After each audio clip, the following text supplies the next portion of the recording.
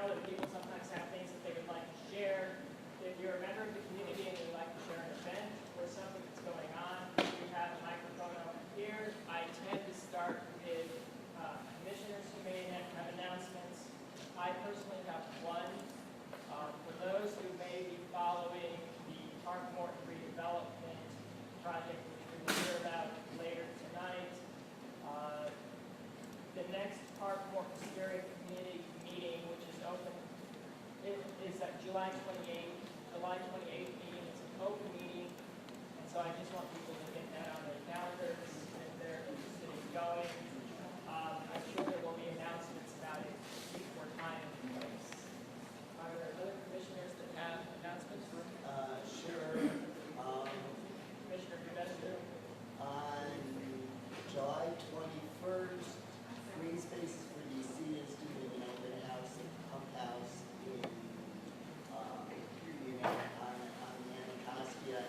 It is the mother group of Civic Plaza Partners, which is the controlling partner for our wonderful Civic Plaza at 14th Park. So anybody who's interested can either email me or contact me and I'll give you, send you invites. Thank you. Are there any other commissioner announcements? Commissioner Brown?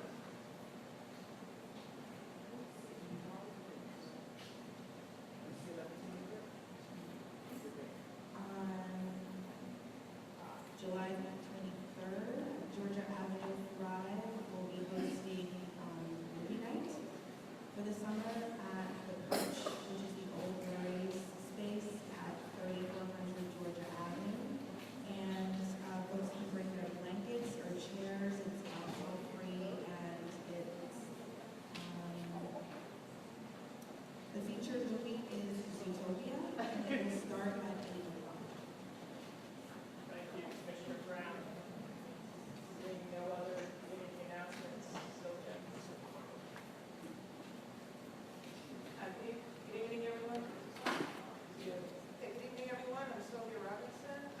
First, I'm the director of the Emerging Community Arts Collective, and my first announcement is about the music festival at my community center at 733 Euclid Street. It's happening called the Raw Food Festival. You gotta talk loud or somebody's got to turn on the mic. Well, it's the one over here. Can y'all hear me? Well, no, the one at the end. That's not me. Yeah, How's this?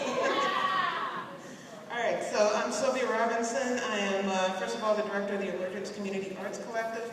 That's Community Center at 733 Euclid Street Northwest. This Saturday, we're having our third annual Raw Food Festival, where you can get sampling of some of the finest raw food chefs, hear panels and workshops on how to make healthy food. There's some blue postcards in the back about it. Tickets are $25, and that gets you $15 worth of food. Second announcement is I'm also one of the co-founders of the Georgia Avenue Community Development Task Force. And we are going to be hosting our fourth biennial community review of Georgia Avenue on Saturday, August 6th at the Howard University School of Architecture. And this is an event we do every 2 years where we try to pull as many people into the School of Architecture to talk about some of the issues that are pressing in the community. This year we're going to focus on 3 issues, one of them being the Lower Georgia Avenue Main Street as a visioning process, understanding the plan unit development process, and looking at Howard University development projects. Once again, that's Saturday, August 6th. It's a full-day event, 9 to 4. You don't necessarily have to come to the whole thing. There's a flyer in the back about it. I have some extras if you want one. You will get a free lunch, and we also will need some volunteers. You can go to ourgeorgiaavbc.org to find out more information, or you can contact me. Thank you. Good evening, everyone. My name is Patrick Flynn. I'm with Patrick's Pet Care on 11th Street. A quick message for the pet lovers out there. I'm sure many of you have seen the Find Lexington posters at all the various intersections, the small Yorkshire Terrier that went missing about a month ago. I've been working with her owner, her person, as we like to call it, about changing the potential laws as they pertain to lost pets. As the DC Code currently stands, when a pet is found unleashed, even if it's wearing tags, it's considered abandoned property, and anyone can just take it and call it their own, and no one, the original owner, has to make a very substantial legal claim in order to get that animal back, even though it's obviously theirs. So myself, along with Nita, and hopefully interested members of the commission, and any members of the community who are interested in going through the motions of having the DC Code changed, I would encourage you to get in touch with me. Again, it's Patrick Flynn with Patrick's Pet Care, and my cards are on the back. Thanks.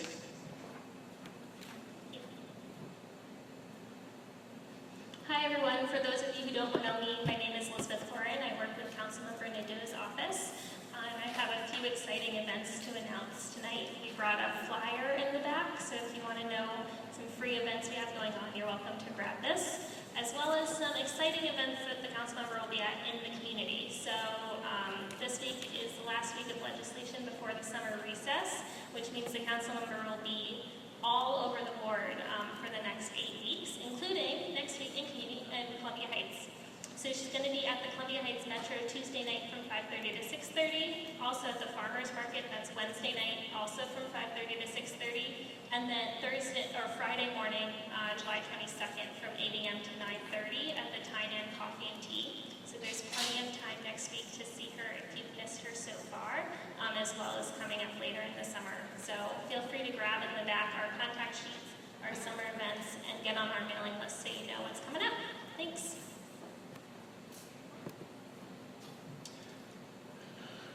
Good evening, my name is Gabriel Rojo. I'm the Ward 1 Liaison for the Mayor's Office of Community Relations and Services, MOCRS, and I just want to let you know that the Mayor's newsletter is, I put it back there if anybody wants a copy of it, and there's some other information there as well. You're welcome to it, and if you want to receive the Mayor's newsletter, there's a sign-in sheet back there as well. Thank you very much.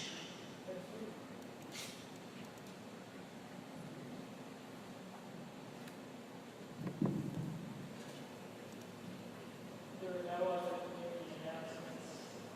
We will move on to committee reports. Commissioner Frost, do you have your committee report?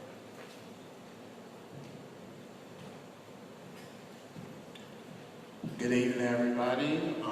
My name is Commissioner Frost. I'm currently Chairman of Planning and Zoning.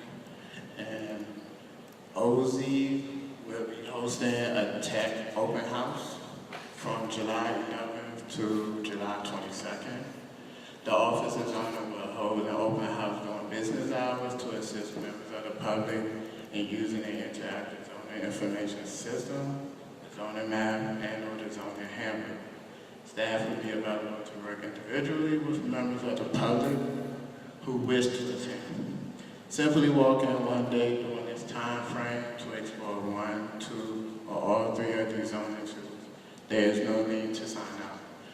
Just go to the DC Office of Zoning, located at Judiciary Square, 4th floor. Anybody need additional information, please contact me at 1807@anc.dc.gov. Also, if you have any questions about, please do not hesitate to contact the Office of Zoning at 202-727-6311 or dcoz@dc.gov. Also, come September, if any members of the public be referred to the BZA or the Zoning Commission, just be mindful that the new zoning regulation will be effective September 6, 2016. I just want to say thank you, everybody, and thank you. Thank you, Commissioner Frost. Moving on to presentations. The first presentation we have tonight is regarding Park Open Communities project with a focus on planning and development. So, it's about yours.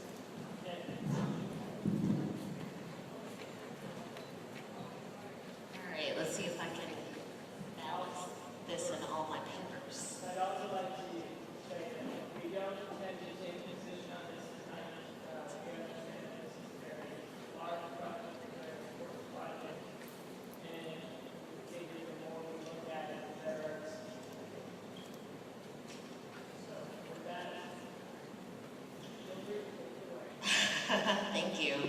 everyone. Angie Rogers, I'm the director for the New Communities Initiative, which operates out of the Office of the Deputy Mayor for Planning and Economic Development. Me and my team, along with our partners at the DC Housing Authority and our partners from Parkview Development Partners, are responsible for the redevelopment of the Park Morton public housing property. I'm going to go through a little bit of a presentation, but I will note that we have been before the commission, I think twice already in the official meeting, once when we were discussing the surplusing of the Bruce Monroe property, and once when we were discussing the disposition, in addition to other education sessions that were held in conjunction with ANC's 1A and 1B. And so I'm going to skip through, I'm going to sort of breeze through the sort of development portion of this presentation, because the one note I want to say is that we're here tonight to begin a discussion about the planned unit development, about the PUD, but the application that we submitted for the PUD is pretty much identical to the master plans that we discussed in those surplus and disposition meetings. And so for that reason, we'll sort of breeze through, but particularly if there are members of the public who want to catch us afterwards, if you need a little bit of catch-up, there's lots of material that we can direct you to, and we're happy to have individual conversations with folks. So just a little bit of, so this is the sort of breeze through portion, a recap of the master plan. So the parcels in question are, of course, the Park Morton parcel, and then because as part of New Communities, we try to adhere to this build first concept, which means that we want to do the redevelopment without displacing Park Morton residents from the neighborhood. We identify additional parcels or parcels in the neighborhood where we can build first and move people to before the development of the actual public housing property begins. So the build first site for this development is the Bruce Monroe parcel, which is just down the street. Here is, and you guys have seen this before, of course, in the master plan presentations, what the Bruce Monroe property will look like once it's developed. There will be 2 multifamily buildings, so one will be a senior building and one will be just a general multifamily apartment building. There are 8 townhomes over to the southwest portion of the property, and then of course half of the parcel will be a park. And if you're going to take a look at the PUD application and the full PUD application, you'll see a note there that basically says we've sort of outlined where the park will be on the parcel, but what actually goes back into that park will be the subject of an entire community engagement process that will start later this summer. So we did a survey back in the spring, and lots of people expressed interest for the existing uses at Bruce Monroe Park to come back to the site, and that's all possible, but people also expressed new uses that they wanted to come to that park. And so that'll be the subject of a conversation that will start later this summer. This is, for those of you, so this sort of rendering was not included in our master plan presentations previously, but if you've taken a look at the PUD application, then you've gotten this look at the rendering of what the Bruce Monroe site will look like. So those are the 2 multifamily buildings.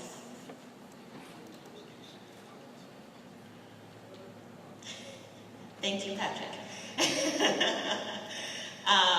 So there's 2 multifamily buildings there. You see the townhouse structures over to the side, and then the park. And this is what it would look like if you're driving or walking or biking north on Georgia Avenue. Oops, too fast. So this is what it would look like if you're looking south on Georgia Avenue. The other piece of this, so that was the Bruce Monroe parcel. This is the Park Morton parcel and what that's going to look like once it's redeveloped. So once it's redeveloped, there will be a multi-family building that's on the Park Road side of the Park Morton site and townhouse units to the south. I want to point your attention here to a couple of changes that will be different between what you're seeing here tonight and if you've gone and picked up and downloaded the actual PUD application from the zoning website. We had some back and forth with the Office of Planning after the application was submitted, and so this, we had a couple of changes that respond to three major concerns that they had. One, they were concerned that in our previous version, the townhouses to the south of the site didn't have backyards. So in this version now they have backyards. They also had a general concern that they wanted every townhouse to face an actual street. And so if you look at the old plan, you'll see sort of some curved streets there, and there are a couple of townhouses that don't actually face streets, so now all of the townhouses face streets. And they were also concerned about sort of general connectivity of streets on the site. So you'll see that, you know, whereas before we had streets that sort of came down and sort of looped around each other, now all of the streets sort of connect directly through to each other. And if I had a little pointer, oh, there is a pointer. That's not gonna, let's not take the time to do that. I guess point being that we made a few changes in response to things that the Office of Planning wanted us to respond to. We did not lose units on the Park Morton site. In fact, we gained 6 units on the Park Morton site, and we certainly didn't lose any replacement units, which is obviously most important to us. This is a rendering of what the building on the Park Road side, the multifamily building on Park Morton will look like. And this is a rendering of what the southern portion of the site will look like. So obviously we're adding a nice green space to the Park Morton site as well that will be ringed by townhouses that are similar to the townhouses that you have in the neighborhood already. We've got 273 units in what we're calling Phase 1, which is the Bruce Monroe site. 76 of those units will be in the senior building, 189 units in the multifamily building, and then there are 8 townhomes. In Phase 2, which is that multifamily building on the Park Morton site on Park Road, that will be 142 units. And then Phase 3, which are the townhouses on the Park Morton site, there are 47 of those, for a total of 462 units for this development. So there will be 90 replacement units on the Bruce Monroe site. So that means that there will be opportunities for 90 Park Morton residents to move to the Bruce Monroe site. And you see the breakout there by building. For Phase 2, there will be 40 units set aside in the multifamily building for Park Morton residents. And here's the just sort of rendering of, in order to start developing on Park Morton, we're obviously going to have to start to tear some of those buildings down.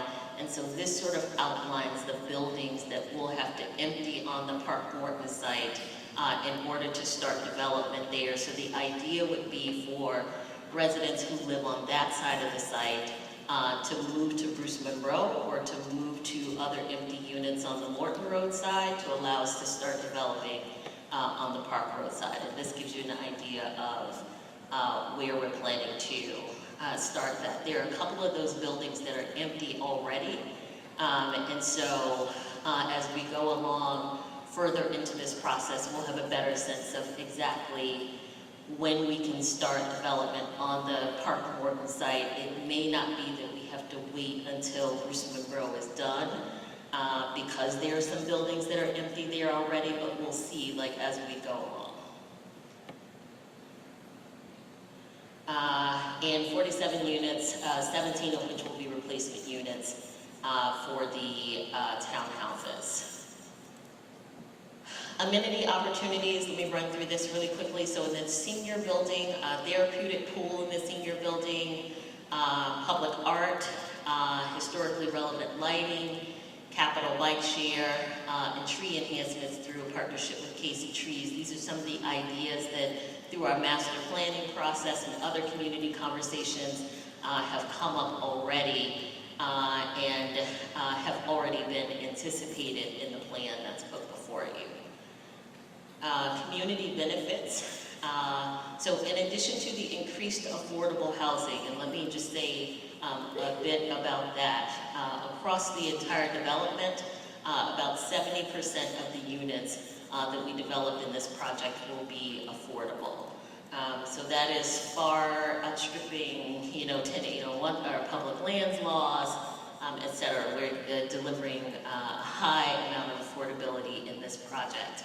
In addition to that, things that have been put on the table already, funding and support for neighborhood initiatives, and those would be identified sort of in conjunction with the ANC and our partners around the table. A new community park and green space. So obviously the park that's going to be developed on Bruce Monroe, and then also at Park Morton. Activating the retail space on Georgia Avenue. So in the bottom of the multifamily building that's facing Georgia Avenue, there will be retail in that space. Improved streetscapes and landscapes, and a new north-south street at Bruce Monroe. So that brings me to the end of my presentation. I will say we submitted the PUD application at the end of May. We are expecting the zoning commission to set it down this month, this month, and we'll figure out, that means that we'll figure out that we're moving forward and when the hearing will be. We're expecting the hearing will be sometime in October. And so we're starting this conversation with ANCs 1A and 1B now in anticipation of having that feedback leading into our October hearing on this. When Patrick came up, he was whispering in my ear to remind me to tell you guys that there are 2 PUDs. There's one for Bruce Monroe, one for Park Morton. So if you go to the zoning website, you want to make sure that you pull both of those down. They do sort of crosswalk and relate to each other. We consider this to be one project, but you may want to pull both of those down so you get a sense of the entire thing. Judge, for anyone who's doing that, I mean, case numbers are 1611 and 1612. That's right, 1611 and 1612. Okay. I'll start with the first question of commissioners.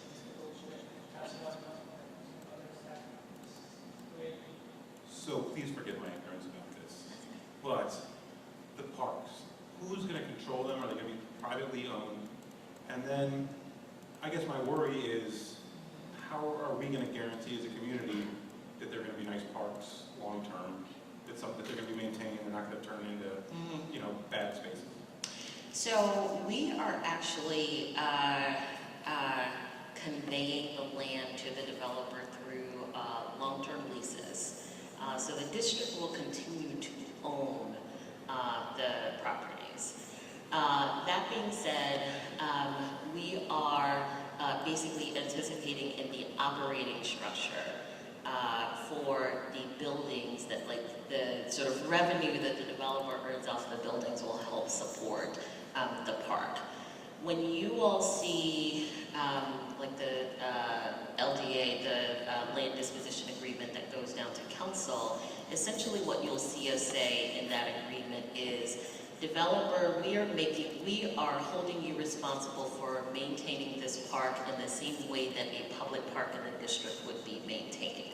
So that's sort of like the sort of couching language, and then it's really in the sort of, you know, budget for the project that we anticipate the funding will come to support it. Does that answer your question? Yeah. Sort of. But what guarantees are in place? I mean, what if they don't maintain the park? They would be violating their lease. And what? If they violate their lease, then we could terminate their lease. I guess the question I would ask that is the language position agreement. I think that what the question is trying to get at is where would one, let me rephrase it, let me get back up. For instance, we know that there have been other agreements over the years, community, and when something goes wrong, sometimes we can't find those agreements. So my question is, where are the agreements going to be filed? Where are they going to be publicly accessible? And if you find that there is something that runs with the land that is not being honored, we can enforce our agency that we then. Right. So DIMPET now puts all of those documents on its website. So they are there for all of the public to access, and we would be the ones enforcing them. Well, I'll ask that question a different way. Our website is dcviz.com, right?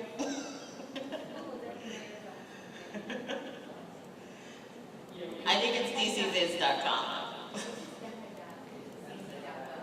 You can get there that way too. But maybe what I'm asking is, would it be possible to have an LEA file for the recorder of deeds or something that's, I mean, because in the long run, where I have a question on this particular facet, is that it's not the recorder of deeds, it really doesn't exist. When administration changes, oftentimes all the websites change, the documents that were accessible are no longer accessible, so it needs to be in a stable environment and an accessible environment. Right. So we would make sure that wherever you're putting it for ease of use to community now, there needs to be a backup. That's really, if someone wants to see what's going on 20 years from now, they can be sure to find it. I gotcha. I will check with our lawyers. I know that there's an entire slew of documents related to the sort of financial closing of this project that will go to the recorder of deeds. I will check on the sort of whether the disposition agreements typically go with that as well.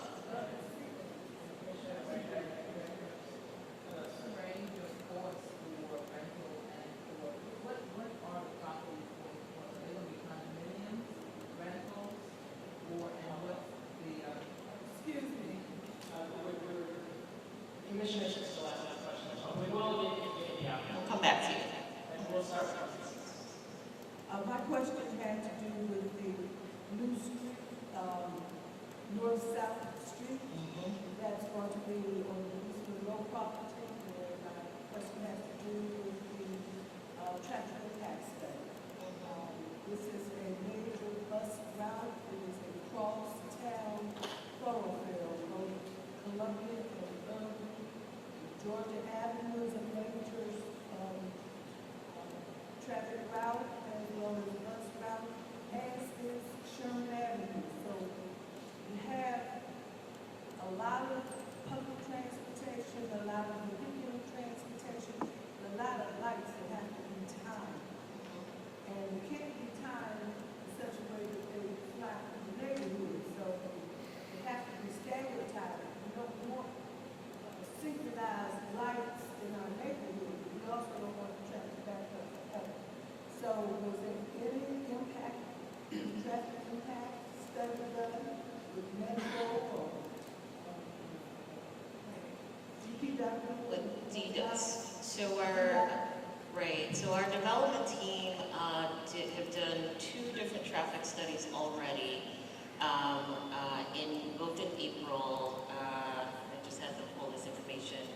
They did one April 19th through the 21st, and they did one on April 28th, and they conducted it between the hours of 7 and 10 a.m.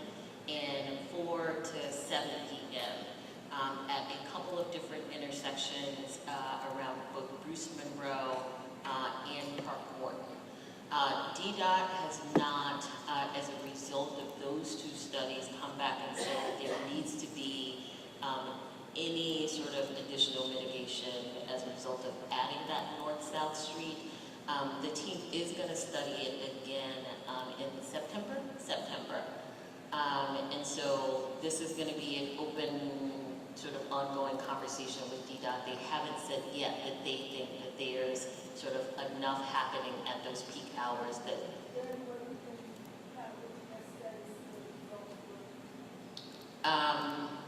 we can talk offline about that, yeah. Okay, are there any other questions from commissioners? I will go to community. I was wondering what was going to be the cost of renting or condominiums or co-op and, rent. So right now we are modeling all of the units across both properties as rental. It is likely that some of the townhouse units at both sites will become ownership, but we've got to get close enough to the development to sort of know if the market can absorb those home ownership units and what the cost of them might be. But for the purposes of the PUD, we're modeling them all as rental. For the replacement public housing units, those are units that are affordable to households at 30% of the area median income or less. And for those who aren't familiar with AMI, 30% of the area median income is about $35,000, I think now, for a family of 4. And so those will be the replacement public housing units. Then there'll be another tranche of just affordable units, what we call tax credit units. And those will be affordable to households at 50 to 60% of AMI, so around $55,000 to $65,000 a year for a family of 4. And then we'll have market rate on top of that. And you would expect the market rate to be consistent with other units that are sort of coming up and renting in the neighborhood. Does that answer your question? Sort of. We can...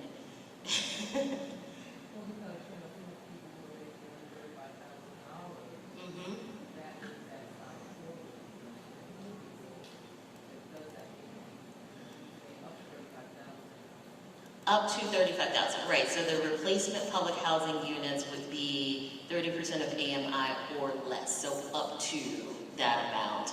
And then the tax credit units up to 50 or 60% of AMI and then market. So yes, it's an up to number. It's not a flat, like you've got to make this specific amount to.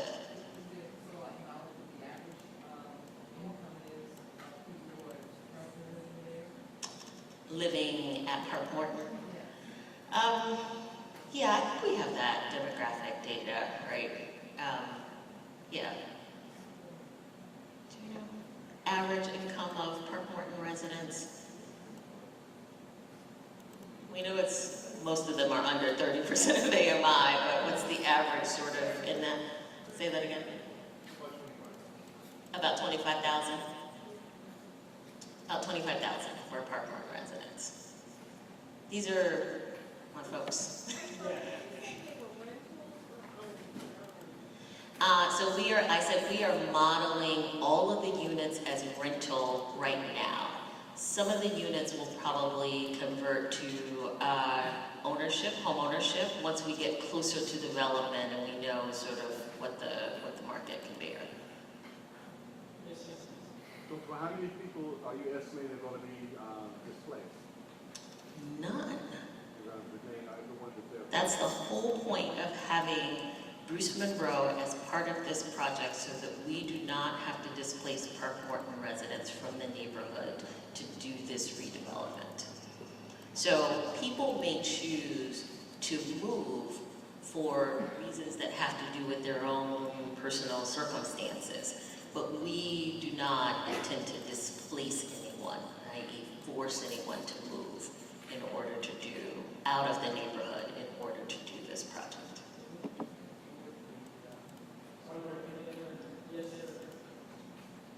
I used to excavate around TLC on Georgia Avenue. My concern is, I heard you talk about provisions for the park.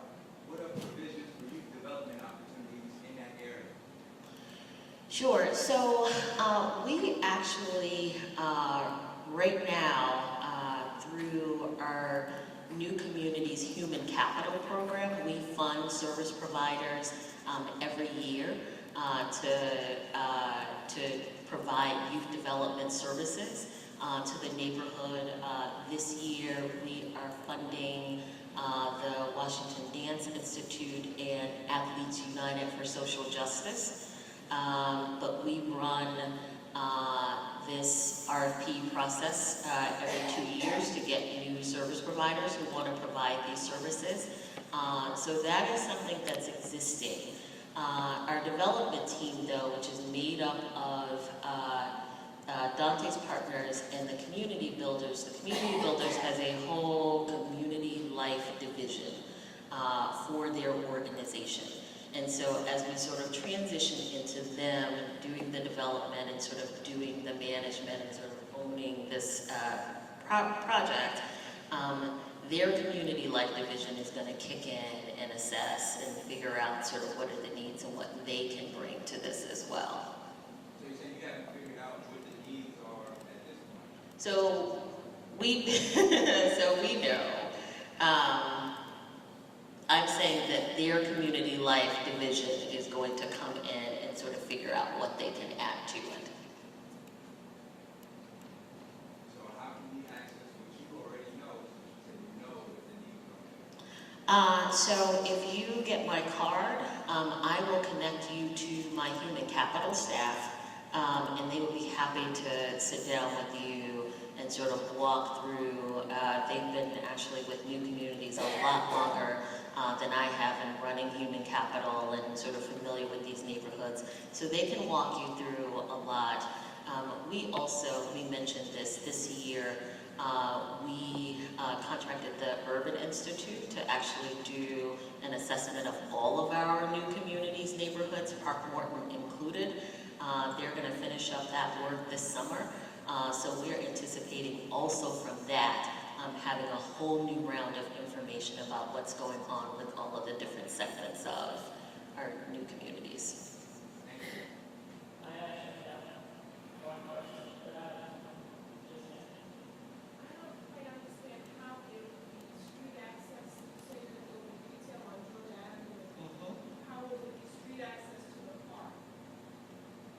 Is it behind the building or? So the new street, you see where the townhouse units are over there? Yes. So the new street is going to run basically in front of those townhouses. So you would be able to turn either sort of right off of Columbia or, I guess also right off of Irving to get onto that new street. And that's on the west side of the park. Let's see if I can get, oh, there you go. There we go. So the half of the park will be on Georgia Avenue. So, right. I'm gonna be your. You're going to be my pointer? Yes. This is Amy McHill, everybody, who is the DIMBED project manager for this project. This is Georgia Avenue. So it's open to the neighborhood because the park actually fronts Georgia Avenue. This is Columbia. So people can access it like they're accessing it now from Columbia or from Georgia. And this is the new street that Angie was talking about that's going to connect Irving. Thank you. Yep. Up here. All right. My work is done. Talk about moving any of the bus stops or is that? Have we talked about moving bus stops? Kind of, maybe. But there's no change that we've settled on with our government agency partners yet, so not yet. I would think that the bus stop would be to improve service based on where the housing versus the park. So I would hope that that would be a conversation since we probably hear the service a little bit more than involved in remaining. Okay. One thing that came to my mind as I was looking at this project, and this is, I think this applies more towards the building at urban, more so than Park Road. Okay. Before I ask the question, I'll ask the question and discuss the question I asked. Is there a green roof on this building? Green roof? And just- Well, why don't you come stand by me? Not necessarily advocating for or against it, I just want to know the kind of impact of this question. So I'm going to bring up someone from our development partnership, Rua Benite from Dante's, and Rob's going to come up as well and answer the green roof question.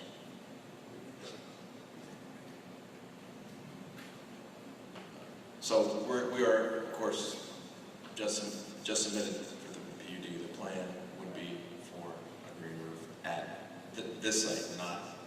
It's not possible at the on the Park Road apartments. That's okay, because that was my presumption, which is why I'm also curious if it would be possible to consider designing this building in a further directed way. I know there's this speaking design, which I don't think is required, but if you have a green roof and it's a tall building with a lot of glass, we can minimize first strikes.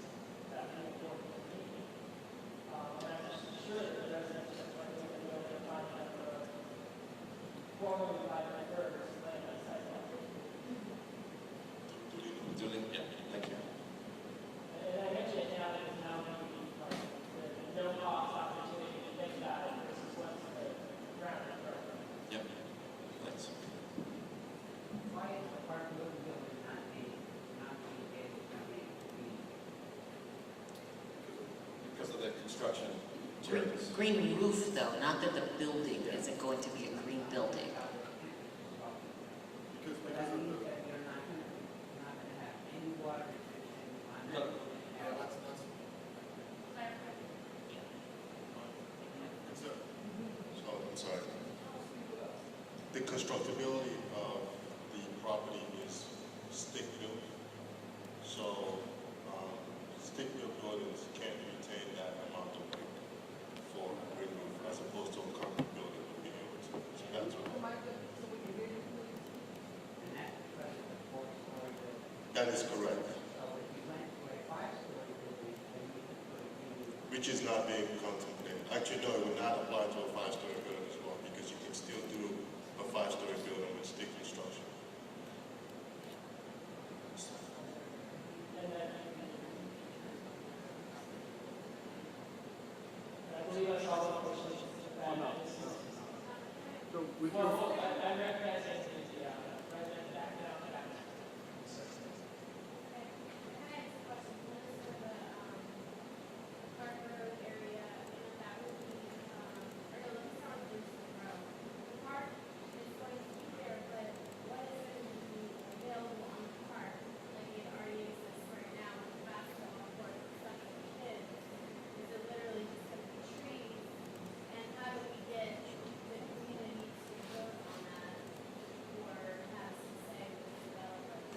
You bring up an excellent point, and you bring up. I'm sorry, I wish I could put your yes.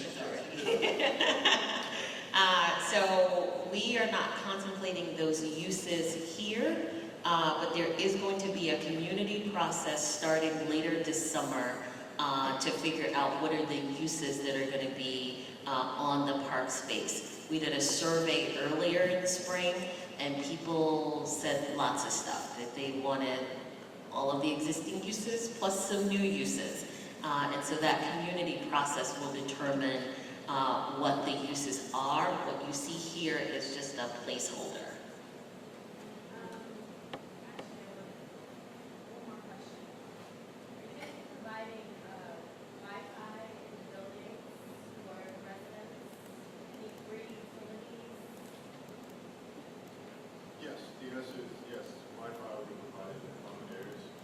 The answer is yes. Wi-Fi will be provided in the common areas for the residents. Yes, just in the common areas. I'm going to add something, because I think you're trying to get at affordability. So there is a formula for public housing, and there's also a formula for tax credit units that rents are reduced by actual utility costs. So yes, those utility costs for the affordable, the very affordable, and the workforce affordable will be calculated.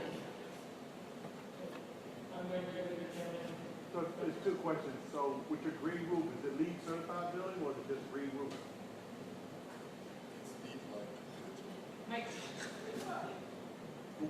So we are committed to meeting LEED standards, whether it's LEED certified or not. I think that's in some ways that's a cost issue, but we will build to LEED standards. And the second question is, do you have a CBE goal for local business enterprises to participate in the work? And what is that goal if you have one?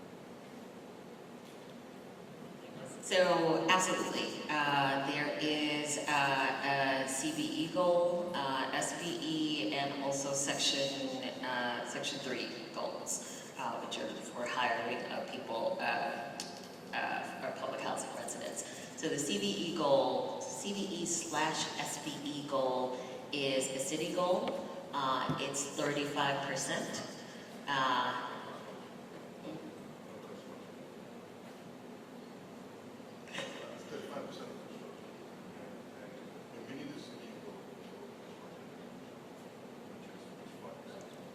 What's on? Okay. We don't need to argue about the city's DSLBD rules. It's 35%, and also 1/2 of our development team is a CBE. Does that include any of the, what they call it, mentor protege programs, or is it just the CBE for demolition, vetting, acquisition, delivery, and that? Different ways to get to that goal. So I'm wondering if you have it padded to the point where the local small disadvantaged business doesn't get the mentor protege program to participate to grow out of being a small business, or is it just set up to where, okay, I can meet the goal by having you do the demolition, no project management, just, the grunt work, if you will. Gotcha. I think as we get a little bit further along in this project, we'll be able to say what the development team's actual plan for CBE utilization is. I think we're not far enough along yet to say. We just know that we're holding them to the goal, and that's going to be written in their documents. And I think I saw one question in my email, like right side of the room, if there's still a question. If not, yes. When you said stick buildings, what's that? So it's a certain type of construction, and I'm going to let the... Is that the pressed wood and they put brick on the outside? So when we refer to stick build, it just means that the framing is with wood rather than with concrete and steel. When you have a when you get to a certain height of a building, you need to have the underpinnings of it be construction to concrete and steel rather than, when you see houses being built around here with wood frames. That's how a 4- or 5-story apartment building can be supported as well with wood versus concrete and steel. So you make it, But no pressed wood. I want to be very. give us some of the buildings I've seen in the hoods around lately. Looks so skinny. They throw a brick after they put some plastic on the outside. Is that what you're gonna build over there? No, and I think, all of course we have at this point are the renderings of the Park Road apartment building, which I hope folks recognize as a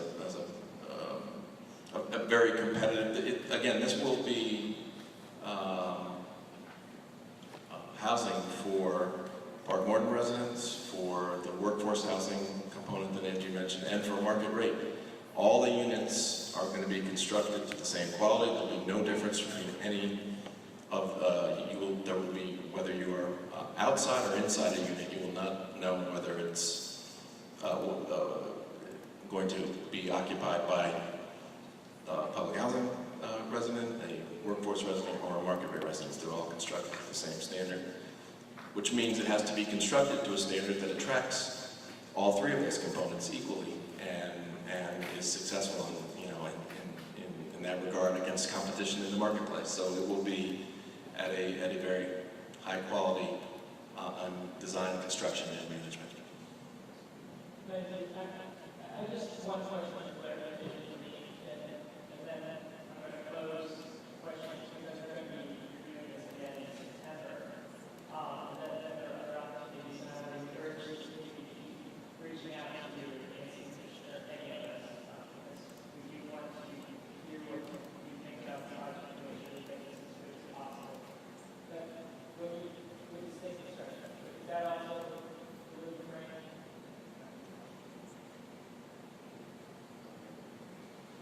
Okay, well, I'm sorry, I think the 19th century. We'll talk about that later. Yes. But if you have any final summary, now's the time to say anything you want. I'll just say, echo what you said, encourage people to keep tuning into the ANC conversation. We also have a steering committee that's set up for this project, which includes ANC commissioners, it includes our council member, Park Morton residents, other people from the community, and so there are multiple ways to, and everybody on this team, can everybody on the team between DIPED and development partners raise their hands? So everybody on this team, we will do one-on-one meetings, whatever. If you need to get up to speed on this, we encourage you to reach out and do so. Thanks. Thank you for your time. See you in 2 months' time. And actually, probably well, you're wrapping up. We'll move on to an update from holidays. Mr. Weber, thank you for sitting in the seat.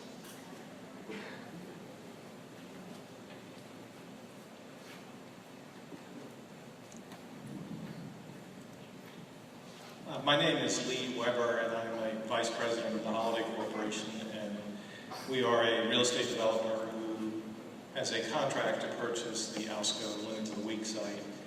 And we've come tonight, thanks for having us, because after what seems like it's been a really long time, we're finally getting close to actually acquiring the property and starting construction.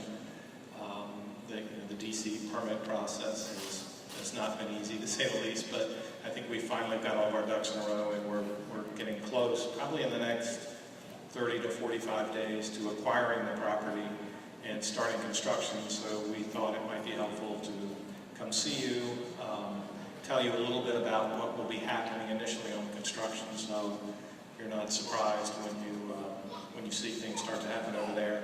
We have been able to do some things at the property through an agreement with the current owner. We have, for example, removed all the asbestos from the building. We have contracted with a company to pick up litter. We've tried to kind of keep the site clean. As you probably know, Alsco moved out a while ago, and they kind of used to do that. And once they were gone, we thought we should kind of try to keep the site as clean as we can until we started construction. If I may, sure. I know what you're talking about, but I'm sure some members of the community don't know what building you're talking about. Okay. Sure. The building is on Lamont Street on the western side of Georgia Avenue. It's probably 3/4 of the block between Georgia and Sherman. There's an existing 4-story brick building, and next to it is an existing 1-story kind of warehousey type building. And until recently, for I think the last 60 or 70 years, it's been operating as a commercial laundry facility. We are converting it to residential multifamily. It's going to be 227 units, and we are keeping the 4-story building. We're gutting it and kind of repurposing it as a residential building. The 1-story building will be taking down all the building except for the front facade, which we'll keep and reincorporate into the new multifamily building. And then on the furthest west part of the site, right now there's a small parking lot, and that will be a 4-story, I think it's only 8 units, it's a very small residential building there, but they're all kind of connected in, well, you can kind of see from the picture. This is the existing building that's going to remain. We are going to be cutting out some window wells on there to create some more window line for the new building. And then this is the existing 4-story facade that's remaining, and then the new construction will be behind it. And the smokestack that's there now will remain. And then underneath of the 1-story building is a 1-story parking garage that you access through the alley down here. You go around, there's an alley back that cuts mid-block that'll provide access to the garage. But as I mentioned, in the next 30 to 45 days, you'll start to see things happening out there. So I'm going to turn it over to Steve Weatherby, who's our Vice President of Construction, to kind of give you a quick rundown on what you'll see happening and kind of the timing of it. Good evening. We hope to be starting construction probably in the next 60 days. That will start with demolition of the existing 1-story building, with the exception of the facade on the front on Lamont Street. So we'll shore this up, and then we'll demolish the building that's here that surrounds the smokestack here, and at the same time we'll be cleaning out this building as well and removing these light wells. So that'll probably take us a month, 6 weeks to complete all that work, and then we will start working on the garage, the underground garage here, so we'll be doing excavating and sheeting and shoring for that property. And most of that work we're going to access. There's a lot back here, so a lot of our staging area will be back here. We are in the works right now of securing off-street parking for all the subcontractors to minimize the impact of the community, because we understand that we're coming into your community and turning it upside down for probably the next 18 to 24 months. So we hope to minimize the impact. We've been talking to the residents at 701 Lamont Street right here. We met with them last month and kind of gave them an update on the project and what we were doing. Once we get the garage up, we'll start building this building here. And then, we hope that, we just go through both buildings and continue with construction. And both buildings do have green roofs.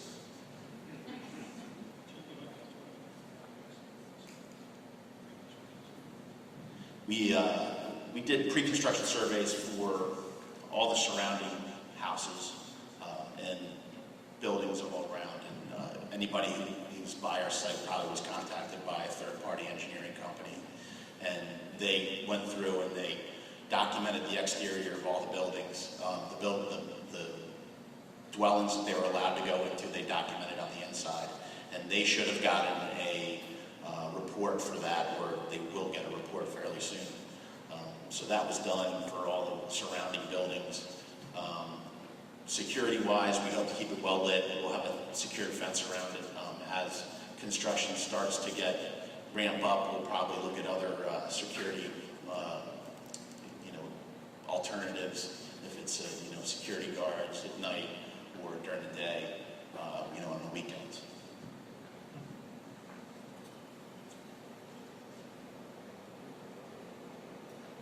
Is there any questions? Sure. I've been watching the organization crew. So even though you walk out to the structure and see anything, I know one of the questions I have is, this is the oldest section of the AC about that all right for one facility. I'm just wondering, and I know you're going to address it, but what is the soil contamination like, or how much environmental are you more Sure. There is soil contamination that's pretty consistent with typical infill sites like this. There's some petroleum contamination, and there's some VOC contamination, which is a byproduct of the dry cleaning operation that's been there for years. We did have entered into and were accepted into the voluntary cleanup program through the district. And we are, I think, weeks away from, once you're accepted into that, you then file a corrective action plan of how you're going to remediate it. And we filed that about 3 months ago, and we're, I think, within weeks of having that approved. But to simplify it, while we're excavating for the underground garage, there's an environmental engineer there that tests the soil, and if it's contaminated, it goes to one dump, and if it's clean, it goes to a different one. And so you basically just remove the contaminated soil as part of the demolition work. And for the 4-story building, we'll probably have to remove the slab, do a little work there, and depending on the level of contamination, you do a vapor barrier. You basically, it's kind of like heavy-duty plastic sheeting that goes in, and then there might be a vapor extrusion system, which is basically piping underground that vents it out. It's kind of like you would have for it's kind of like a fancy radon system per se. But no, we've been working on this for a long time, and have been working with DDOE, and it's not real. There's contamination, but it's not a real hot site or anything like that.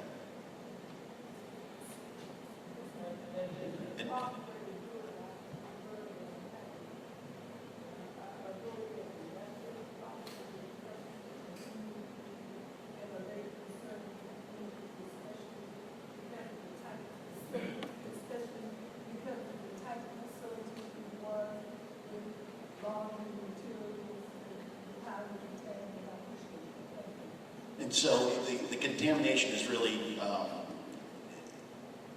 lot of it is diesel from trucks that they fueled up.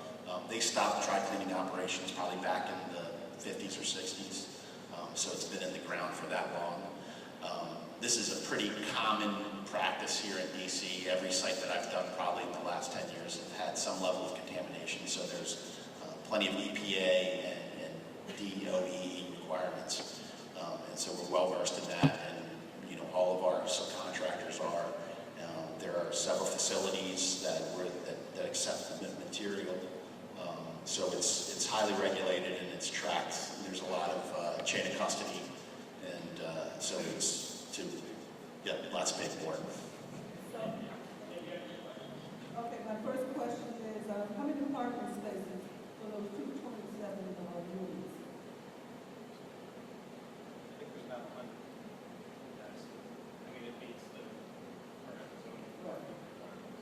Okay, and why are you keeping the smokestack? It's part of the historic. Okay, I like it personally. I like it too.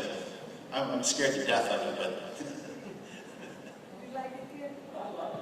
Actually, what I would love is take out some of the bricks and put back in the sunshine is their original. Maybe you just stay in the bricks. I think it adds a character to the community that very communities have. Because we don't have strong enough passes, so we can have a little bit of it takes a little work. I appreciate your efforts. Are there other questions, commissioners? Other questions from members? I'll go back and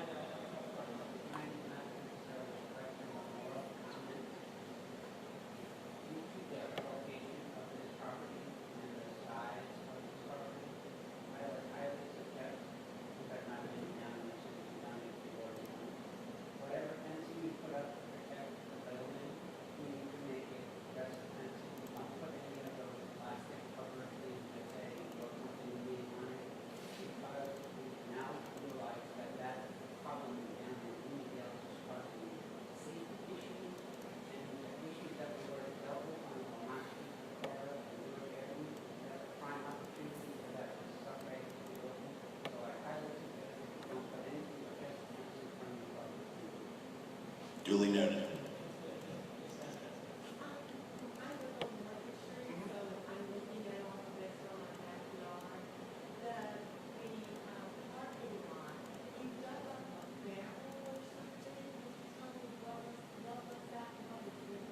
The previous owners, or the current owners right now, they had a fueling station. So that was not a fueling station. That was a heating oil tank for their boilers inside the building. So we removed the tank, or the owner removed the tank and got rid of it. So that was a fuel oil tank.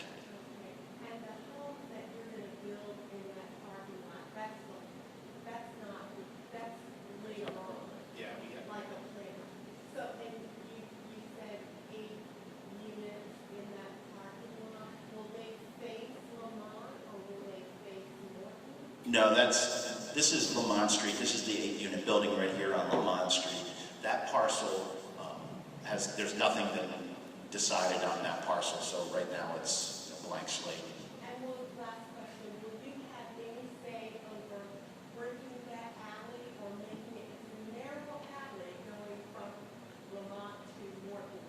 And that garage that you're going to build in the alley, they're most likely going to come out Norton side. If they're seeing alley, are there any plans to design that better or just leave it as cement?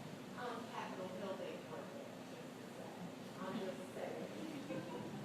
Yeah, I don't think we have any plans to brick it, but we do have traffic engineers who have studied it pretty carefully, the access and how the turn radiuses work and so on and so forth to get in and out of there. I think we even have determined that like moving vans, for example, we had to limit the size to, I don't remember what it was, maybe a 20-foot van, because they just can't come down Lamont. Like a big moving van can't come and make the turn into that alley and then back, which is, we didn't have any issue with, because typically somebody moving into a one-bedroom apartment is in a 30-foot moving van. I mean, you just don't have that many belongings, so. I live there, and I can tell you there's a lot of yielding to avoid accidents. So yield is the biggest word I can think of, because leaving out and going, cars barrel through. Yeah. And so there's yielding with all the construction to avoid accidents. And there's children that ride their bikes through there that live there. So I hope that that's going to be Definitely. Where are you in the bidding process in terms of hiring CBEs for subcontracting, and how do we find out about opportunities to participate in this project? We are not under the CBE requirements. We weren't looking for any proffers from DC, so, but you can certainly contact our office if you're interested in being on our bid list for the project. We're more than happy to do that. My name's Steve Weatherby. You can call me directly at the office, the Holiday Corporation. And one more question, maybe that now,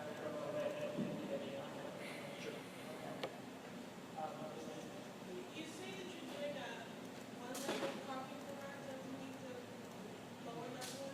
Do you have to do the steel pylons that have to go in the ground? So about when will we start hearing the banging all over there? Probably October, November. This year? Yes, we hope. And that would be limited to what are the hours, so we know? Yeah, we'll start, 7 to 7 is DCRA regulations, but we start at 7 and they probably stop banging piles around 3. We won't bang piles on Saturday.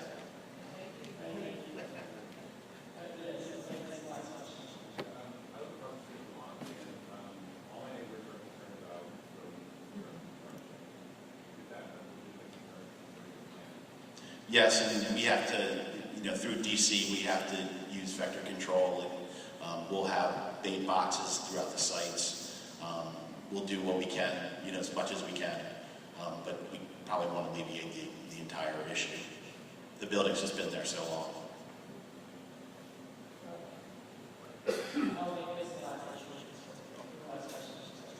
My two-part question. Maybe just clarification. You said 100 parking spots. That's the capacity of the garage that you are estimating for, or is that above surface? Where is 100 spots? There's no surface parking. They're all below grade. So that's what 100. Yes, the 100. Yeah. Okay. And then the second was the smokestack, are you filling it? How are you preserving the stack? No, we're not filling it. We're underpinning it. We have to, you know, the foundation of the smokestack has to be at the same elevation as our garage.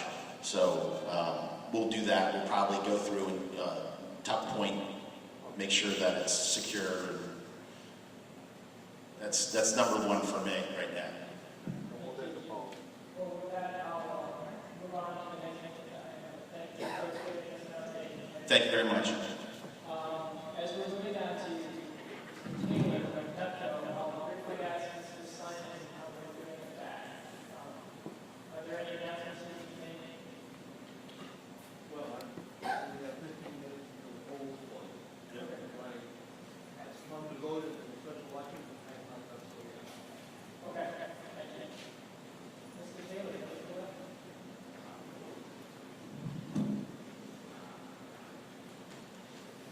Good evening. Whoa. My name is Chris Taylor from Pepco. Thank you very much for having me here tonight. Mark's extends his apologies. He's actually at 2 other ANC meetings. He wishes he could be here, and he said he'd be glad to come back to answer any questions that may arise. So I'm here tonight to talk about the requested rate increase from Pepco. Pepco has requested to the Public Service Commission an increase. The increase is about $4.26 on the average residential bill. So this rate increase will go to the Public Service Commission. The commission is an independent governmental body that considers our rate increase request. It's considered underneath hearings, legal hearings. These hearings are known as rate case hearings. So through this process, the Public Service Commission will come to a determination of our request. This is the first time we've made a request since 2013. So we actually think it'll take about 1 year. This will be about a 1-year process.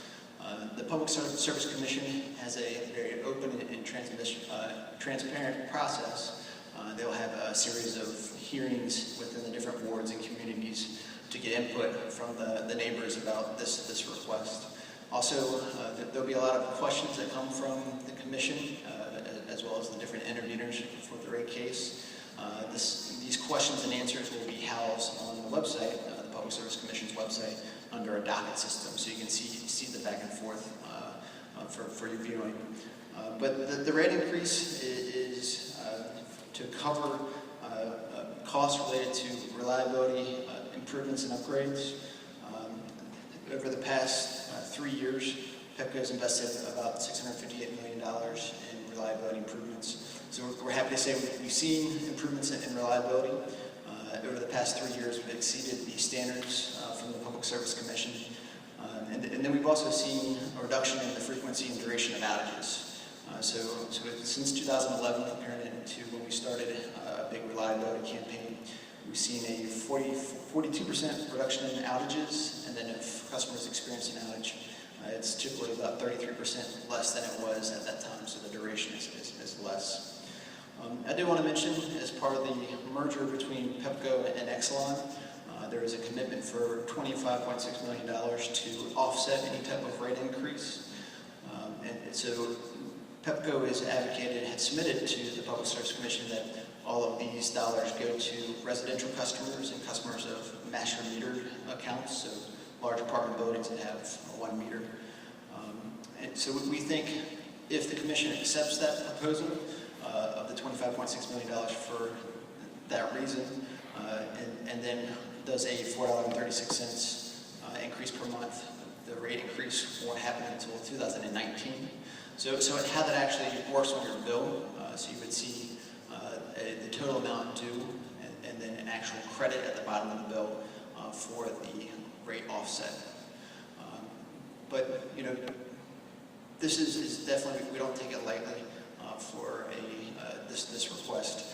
It will be through a very formal, open process that this will be considered over a year. I did want to mention that residential aid discount customers that qualify based on income actually don't pay distribution charges, so they won't be impacted by this request. But at this time, I'd be glad to answer any questions that may come up. Thank you very much.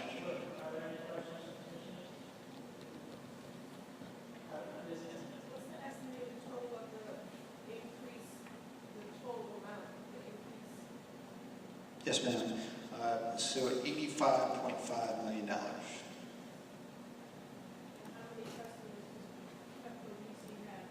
It's roughly about 270,000 customers, and that's divided out between residential customers and commercial customers.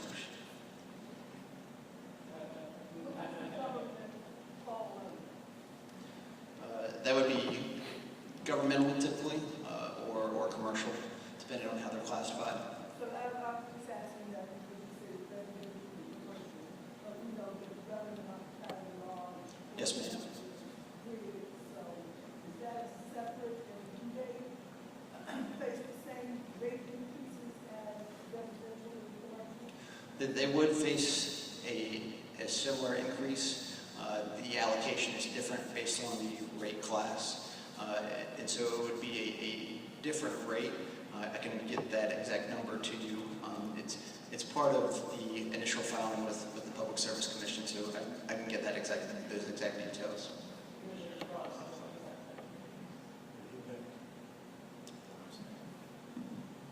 I wanted to ask you where PEPCO directly informed residents who is with PEPCO about the rate increase, and when y'all gonna mail those notices out to residents and commercial businesses. We do typically are required to notify customers of a rate increase request. As far as the timing, I'll have to get back with you on the timing. Yes, sir?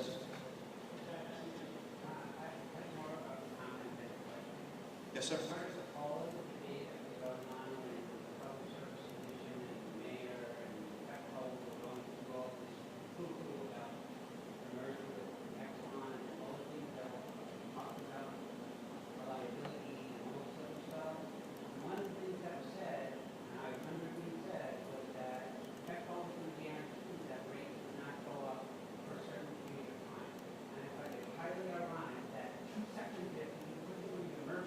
You're going to the Public Service Commission and asking for a raise. I mean, I'm well aware of the fact that the Public Service Commission is smart enough to understand what's going on there.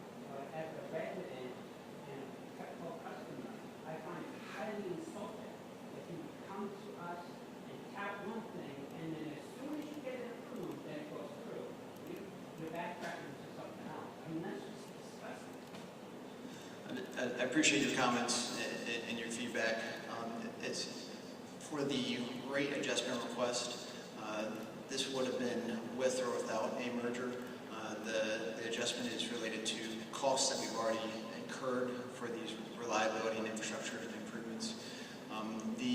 Some of the language that was used around rate offsets, I think that has been part of that.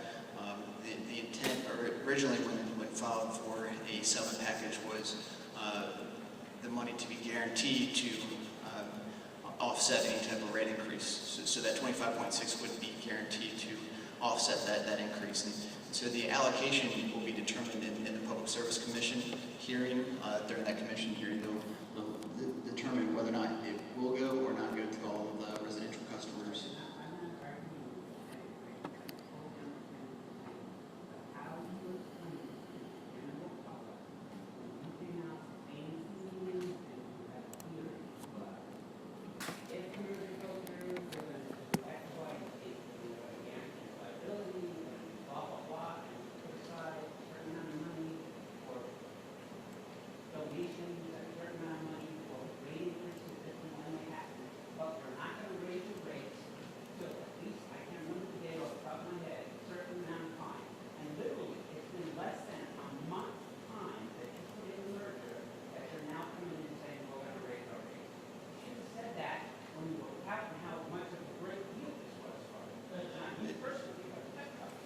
I think that language was that the rate increase would happen, but be offset by this $25.6 million.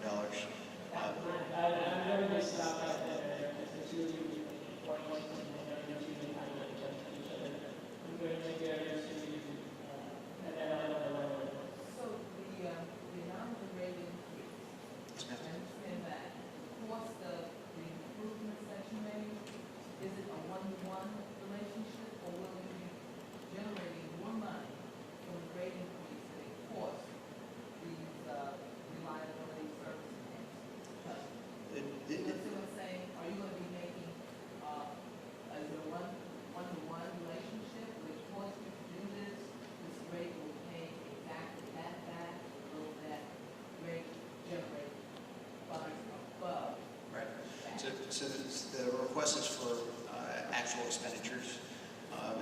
so, during the 3-year time frame, there is the $658 million of investments.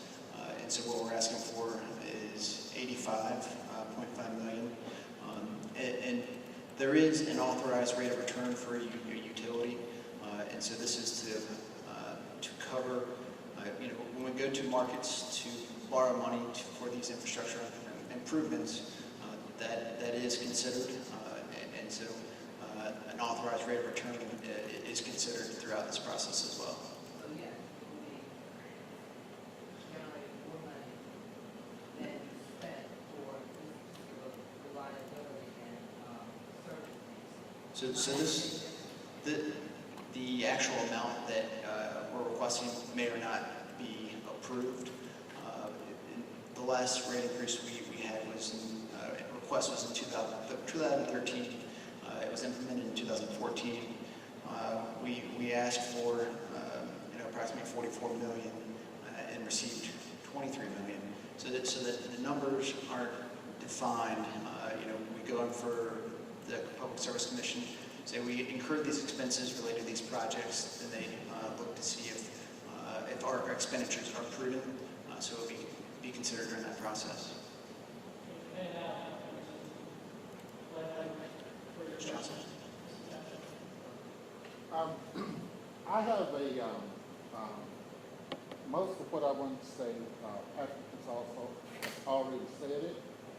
Did I hear you say that the Public Service Commission holds transparent, open hearings? Yes, sir. Okay. I think, and this is just a comment, then I'll sit down. The Public Service Commission, the current Public Service Commission, with the exception of Chairwoman, Betty Ann Kane, Yes, sir. showed a total disregard for many of the opinions of the ratepayers in this city when they approved the Petco Exelon merger. So the Public Service Commission is going to do whatever it wants to do. And I think it's sort of course it's your job, but I think it's condescending for Petco to send its employees out to the community and pretend that you're going to listen to us and consider what the ratepayers want or don't want, when you know all along that the only opinion that matters is that of the Public Service Commission, because they have the final say, and they're going to do what they want to do, which is to support whatever Petco Exelon wants. That's all. Thank you for your comments.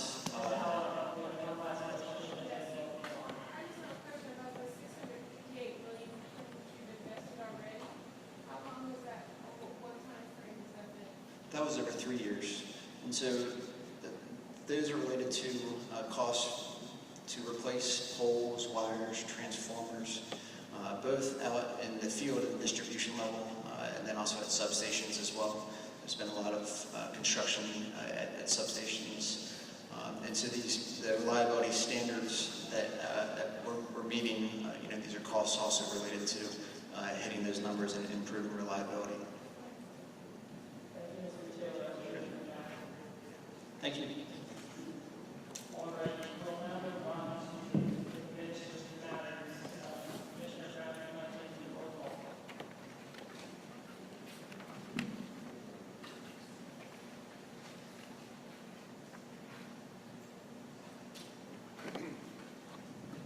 Marvin Johnson.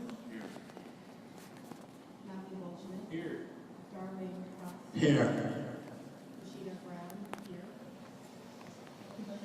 Josue Samron. Absent. ANC unable to fly this weekend. Kim Bates. Present. Donnie McLean. Present. Tom Horton. Present. Richard Lester. Present. Bobby Holmes. Present. Margaret Kelly. Absent. Mr. Commissioner,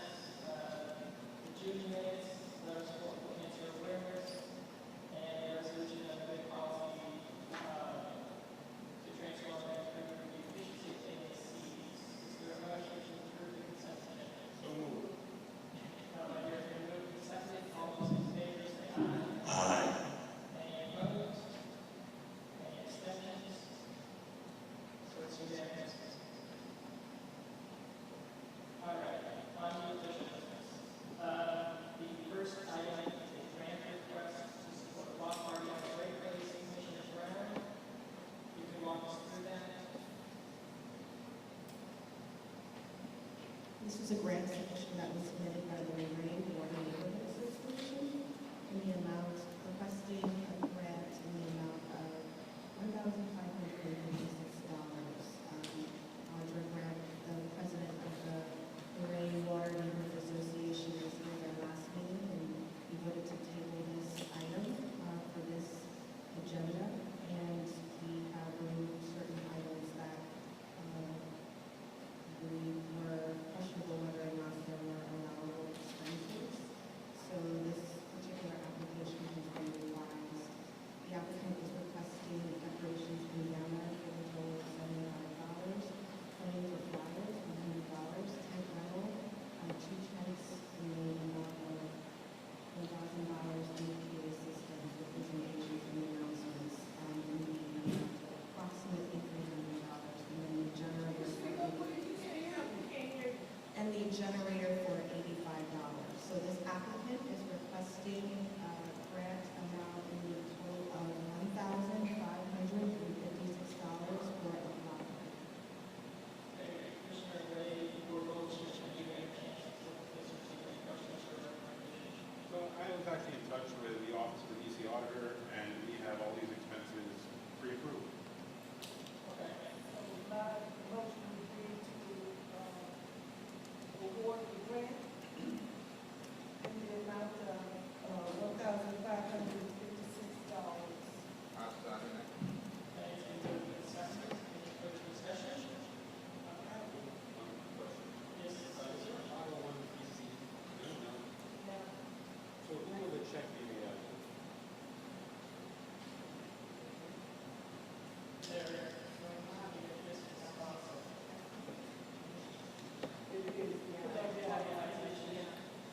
That's it. Pretty sure it's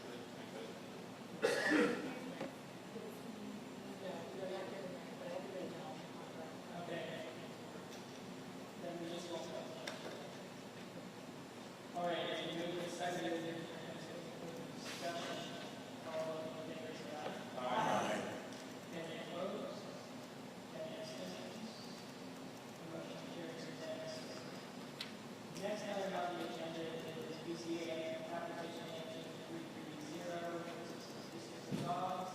Thank you for surviving the storm. Thank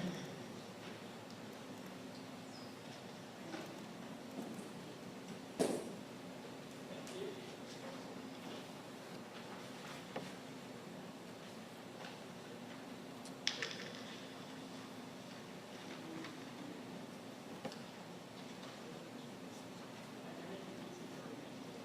Oh, okay.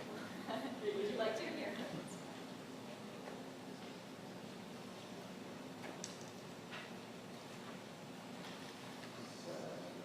Can you hear me? Well, probably have to start with this one here.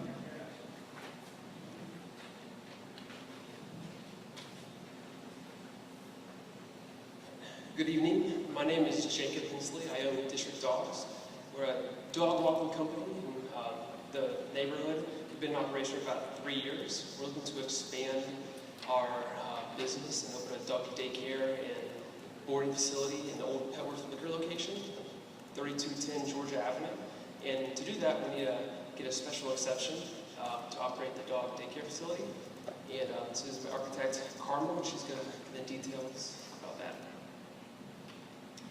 Sure. So basically, the only zoning relief District Dogs is seeking is, for some reason, and I'm not entirely sure why, there's a provision that dog boarding facilities be in a basement, and this building has no basement, so that is not an option. And so we're hoping that we'll get approval to put it on the first floor of the building. And it's a rather blighted property where a liquor store recently closed. So we're hoping that, we can bring a wholesome, pleasant, happy, panting dog atmosphere to that portion of Georgia Avenue. And I think that's really, it's very straightforward. I agree. Other questions for the Commissioner Frost? What I can do is indicate in dog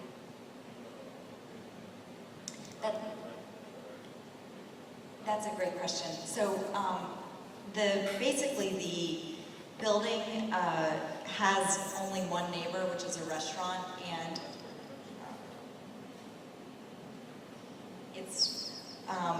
so it's bordered on a parking lot. It has an extensive, a 70-foot parking lot in back of it, and then it's quite far from the adjacent property also. So I think this is actually a pretty excellent location relative to, because there are no residences abutting the property. Yeah, and it's a commercial corridor. I believe it's the CT right. I guess this is the job operating there. I mean, some buildings are pretty high rate, but this is an administrator.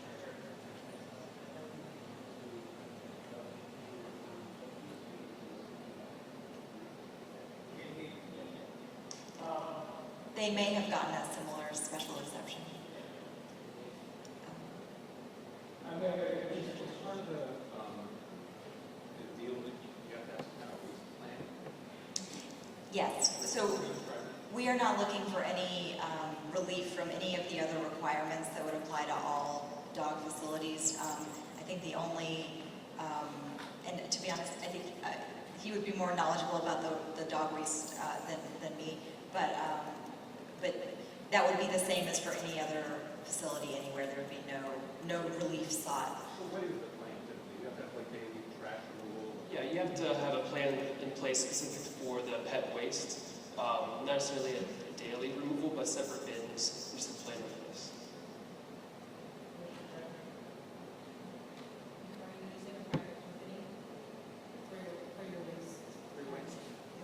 We have, yes, it will be a private company. Can you walk us through your plan for the noise mitigation? So, I mean, we would comply with all district regulations, and I think that in this case, we would really wind up going beyond that by virtue of the fact that the building is surrounded by parking lot. So, I noticed that your zoning application includes a plan for mitigating noise from the existing building structure because of the original structure, that there would be use for acoustic tiles, caulking, seals, or penetrating the main floor. yeah. So many of the sound attenuating regulations are designed for buildings where the dog facility would be in the basement. For some reason, these regulations were written as though the dog facility would be in the basement and then residences would be above. In this case, it's a one-story building and there are no residences above. So a lot of the portions of that are specific to separating dog facilities from residences would not necessarily be relevant here. What are your hours of operation? Hours of operation would be 7 o'clock to about 8 o'clock.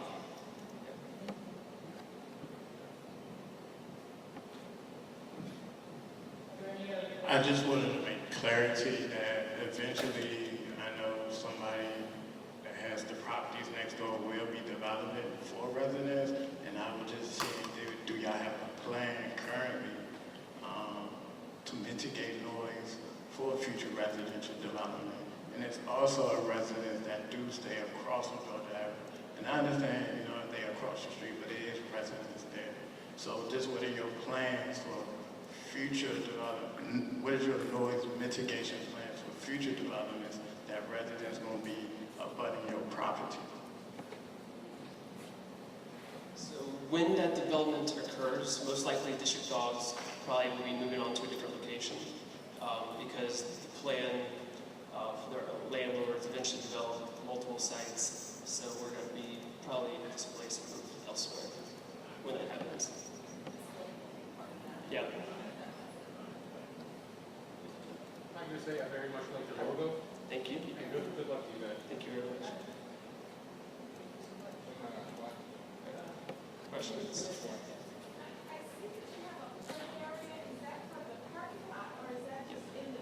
In the building. So there will be no play area outside. It will be all indoors.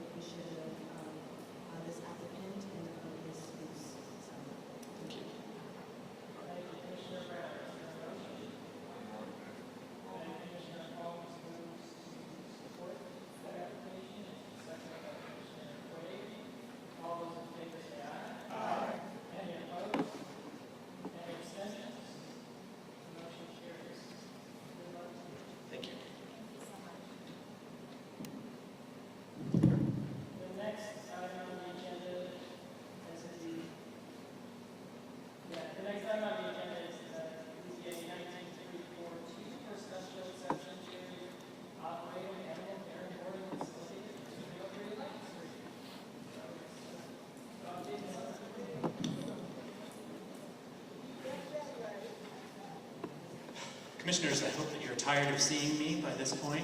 I'm happy to entertain any questions that you may have from the application before you. I'm also happy to entertain any questions from the public.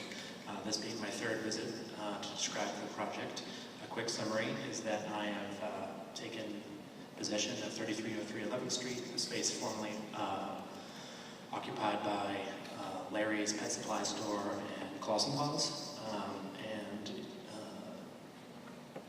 In that business, the previous tenants and operators boarded animals, but in coming to take possession of the property, I have come to understand that they weren't properly permitted. So I'm simply looking to rectify the legal standing of the business that I took over. I'm not planning to make any substantial changes or to the use of it that hasn't already been going on for years. Anybody have any questions?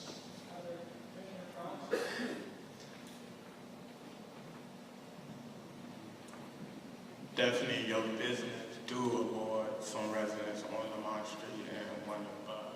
I just want to know what is your noise mitigation plan for those residents?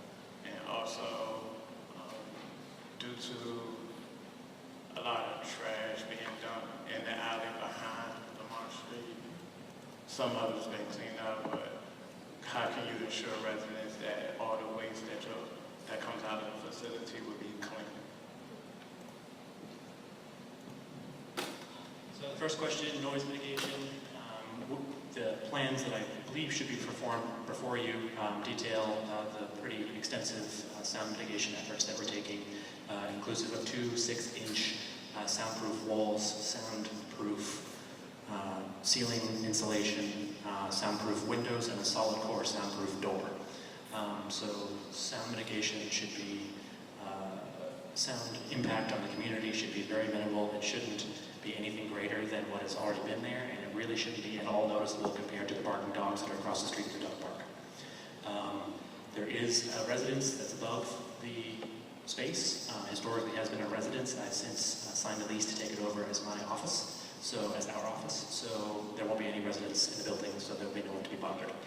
Trash. My business does not have any rear access to the alley. Believe it or not, all of our trash is on the side of the building. We can't even get to the alley if we wanted to without going around. With that said, I'm happy to make sure that Patrick's Pet Care is an active member of the community that picks up trash when we see it. I like your logo too. Thank you. Oh, I do. Another gentleman before was concerned because he didn't have a cellar. Is your situation the same? Yes, the cellar, I don't have a cellar. Okay, thanks. So that's pretty much an issue for the pet care places based on the old regs, we are both applying under the 2016 zoning regulations, so it's actually the new ones. That basically the difference is that in the 2016 regulations, you can do pet animal boarding in a basement by matter of right. And because we don't have a basement, then we can't do it by matter of right. So if you're not in a basement, you have to get a special exception.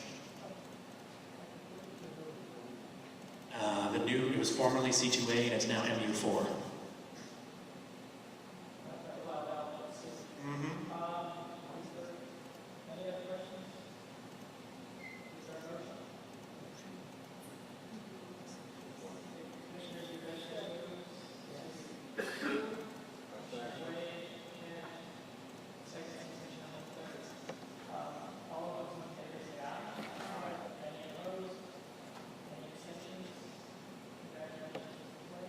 Thank you. Yes. Yes.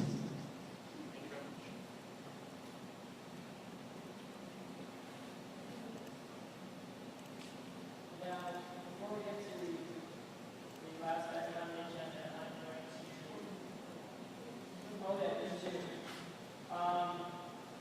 Before we get to the next two, I'd like to insert one in our day. We have an election.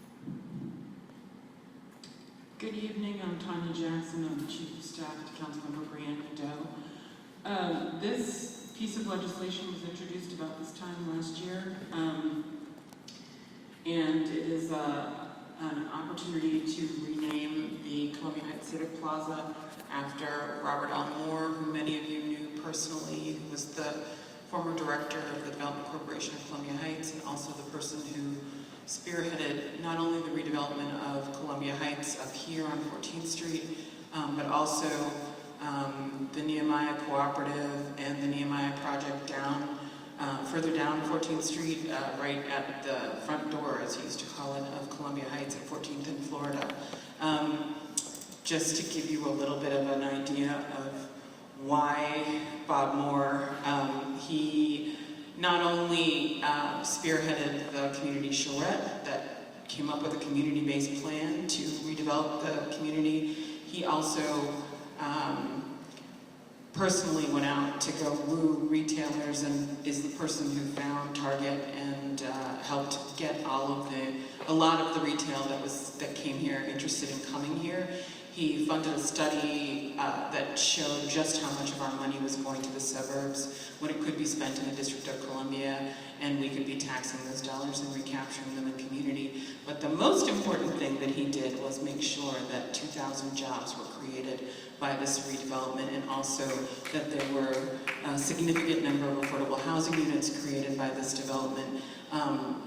One of the things that I am sad that has been lost in the discussions of the revitalization of our community is the fact that there was so much job creation that happened with very meaningful participation and community input. He spent a lot of time before this ANC that was very much involved in the redevelopment as well, and he spent a lot of time making sure that the voices of people in community was actually heard. We were the very first project, and I was there, that went before the Redevelopment Land Agency with over 150 people to say very specifically who we chose as developers to come into our community, why we chose them, and what we wanted to see. I have had many, many years later conversations with people who were on the RLA at the time who still remember that day because we packed the room. I see a few people who were there.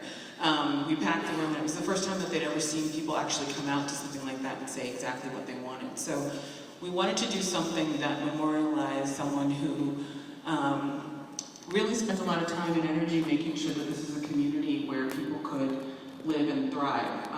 In addition to the retail stuff, Bob also helped us come up with a plan to save over 3,000 units of affordable housing all up and down 14th Street, which is the real untold story of what has happened here in Columbia Heights, and figure out how to build quality affordable housing all over the community, and figure out how to make sure that people were engaged throughout the process. So we thought that the plaza, which is a place where all of us come together and all of us spend time, would be a good place to name after him. In talking to the chair, one of the things we talked about is the fact that this has not been agendized yet in the committee of the whole. So it won't be coming before the council. We're not really sure when it's going to come before the council for a final vote, but we would love to have a community-based process where people talk about what an appropriate memorialization would look like and how to commemorate his contribution to the community. So the council member would like to convene some meetings that included both the Civic Association and ANC representatives and members of the community who want to participate in figuring out how to make this work. And with that, I will hand off to Andre Byers from the Development Corporation. Good evening, Andre Byers, President and CEO of the Development Corporation of Columbia Heights. I currently hold the position that Mr. Moore had for so many years. And so some of you may look and say, oh wow, those are some huge shoes you've got to fill. I don't even try it. I spray painted them gold, I hang them up. There's no way. But when you're talking about the impact of a man, if you shop at DCUSA, you were impacted by Mr. Moore. But that was just the crowning jewel in all of his accomplishments. Dance Institute, if you have your children perform there, you've been impacted by Mr. Moore. LAYC, Latin American Youth Center, you have been impacted by Mr. Moore.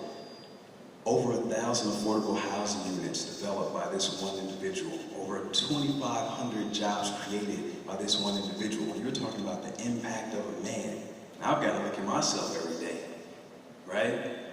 There is no one more deserving than Mr. Moore. I've got the chair of my board here, but as Tanya Jackson said, this is just a beginning process that we want to begin to engage with, because trust me, I'm going to continue to press the council to move forward the legislation, and we want to do that lockstep with the ANC. Jesse. Good afternoon. My name is Jesse Wimbish. I'm the chair for the Development Corporation of Columbia Heights. And just to kind of spin off a little bit more about Mr. Moore, I mean, sit here and talk all day and night about it, but when I first moved into the community, that was who I was greeted with teaching me how to become a member of the development, become a member of Columbia Heights, where he carried us out to the Xerox University and taught us what you can expect from your community, what you should expect and demand from your community, and how to be a productive person in this community. I also think about the phone booth, as they call it, Manfred Robinson, and how instrumental he was with getting Mr. Poland to come to the terms to get that data. So you look around the city, you're very hard pressed to go somewhere that Mr. Moore didn't touch. So we really want your support, and thank you for giving us this time to speak before you today. I'd like to also echo my support for Mr. Moore. I go back even further to the redevelopment land agency before the housing was built in Columbia Heights Village. He was instrumental in having all of that development. He was instrumental in getting the fences up around the property on 14th Street before we had an opportunity to develop. He was instrumental in helping individual homeowners access low-interest home loans to redevelop and renovate their properties before we became gentrified. So he has been out here working in this community, and I just see him all the time when I'm on 14th Street. He was a constant presence. He was the hardest working man. When he was appointed the director of housing by Mayor Marion Barry back in the 80s, I can't remember exactly when, but when he was appointed back then, he took that job and he lived that job. And the job developed into the kind of person that he ultimately became, the kind of impact that because of him we have a vibrant, thriving community. I can remember when Mount Pleasant didn't want their name of their community on our metro station because they didn't want to be affiliated with Columbia Heights. And now, neighbors, they want to change the metro station to Columbia Heights / Mount Pleasant, if we're not going to have it. But I'm just saying, this is kind of impact he had on bridging the neighborhood. And I just want to support and endorse and be a sponsor of the group.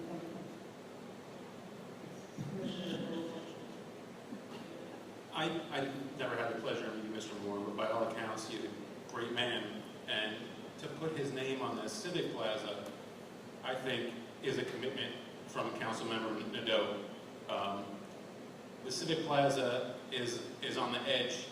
It's getting worse. It's gotten worse over time. It's not getting nicer. And I understand the council members working on it, but I hear from constituents daily. I walk through it daily. There's public urination, there's public defecation, there's public drinking. People avoid it because it's getting worse. And if we're going to put Mr. Moore's name on the plaza, I think it's a commitment from the council member and frankly from everyone in the community to maintain the Civic Plaza and to do a better job. So just by way of to answer your concern, that is the reason why she fought so hard in this last budget cycle for Clean Team for 14th Street, and also why she fought for funding for Main Streets program for 14th Street. One of the biggest priorities is maintaining the Civic Plaza, but also making sure that the entire corridor, which has been, as you know, challenged by a lot of dirt, a lot of grime, a lot of trash, to have dedicated staff that's actually up and down that corridor on a daily basis, making sure that it's clean and well cared for, and also have the appropriate training to help move along people who need to be moved along and help find services for people who need services. So we agree wholeheartedly. It is a huge commitment from Councilmember Nadeau to make sure that there's a transformative process in place on 14th Street that's going to make our downtown Columbia Heights look the way we want it to look.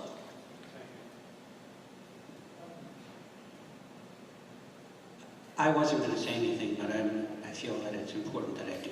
As a past board member and have done quite a bit of work with DCCH and know Bob quite well, I also think that it's important that you hear that when his funeral service was done and the throngs of people that came and recognized all of the work that he did all throughout the city, Vincent Gray and Muriel Bowser were there.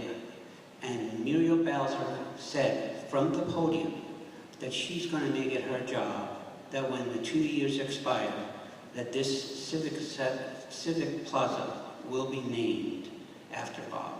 So Brianne is taking that and moving the ball along, but this has got support from the council already. So I just wanted to make sure that you guys are aware that the mayor that's in the seat now has also supported this. I'll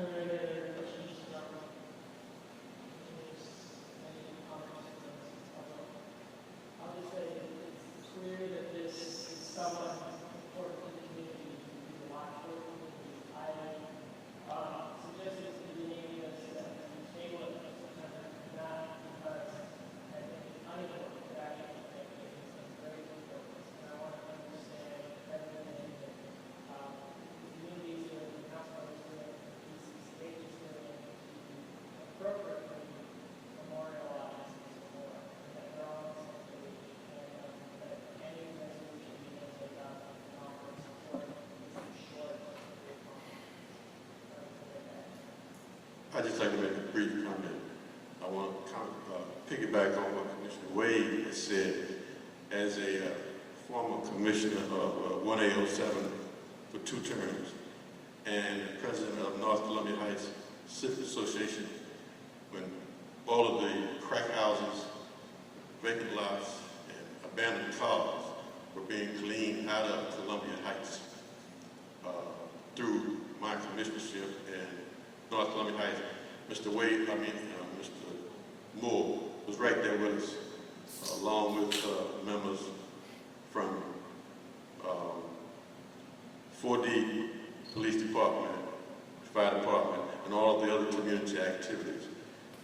That was what made Columbia Heights what it is today.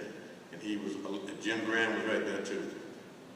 That was how we moved it along and made it the beautiful, attractive place that it is now. So I hope the commission, and I'm glad to know that the council is in support of it. I hope I'm so glad to see this coming along that way. Okay, so with that, because we're going to have a continuing dialogue and have a better understanding of everything and the works so that we can appropriately draft our support. I would move that we table this with the understanding that we will engage the council member, engage the CCH, engage the community, and come up with an appropriate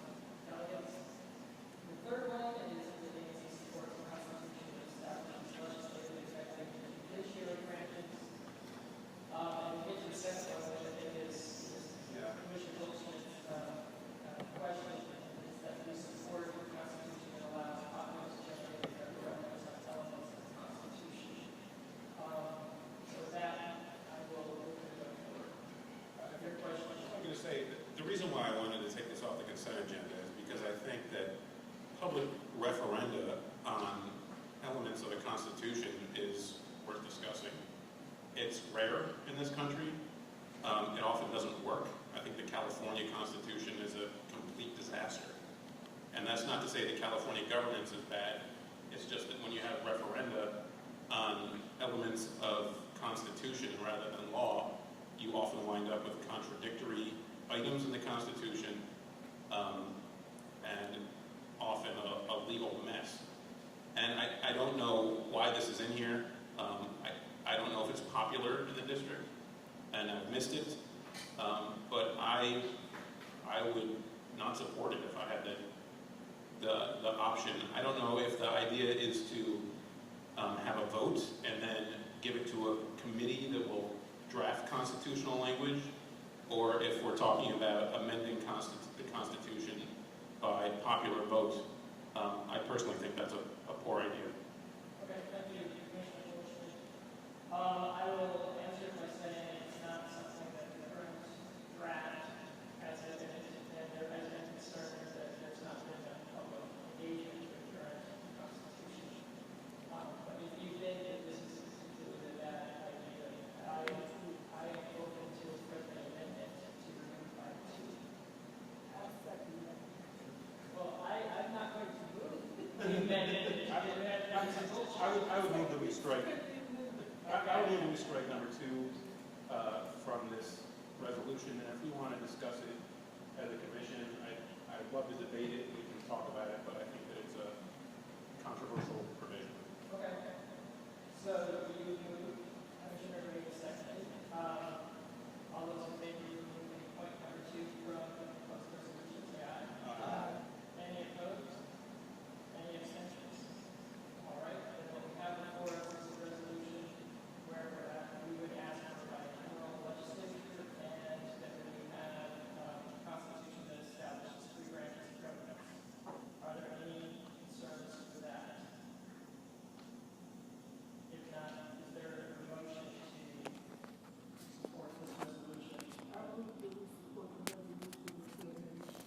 Okay. So it's been moved and seconded. All those in favor say aye. Aye. Any opposed? Any abstentions? Abstention.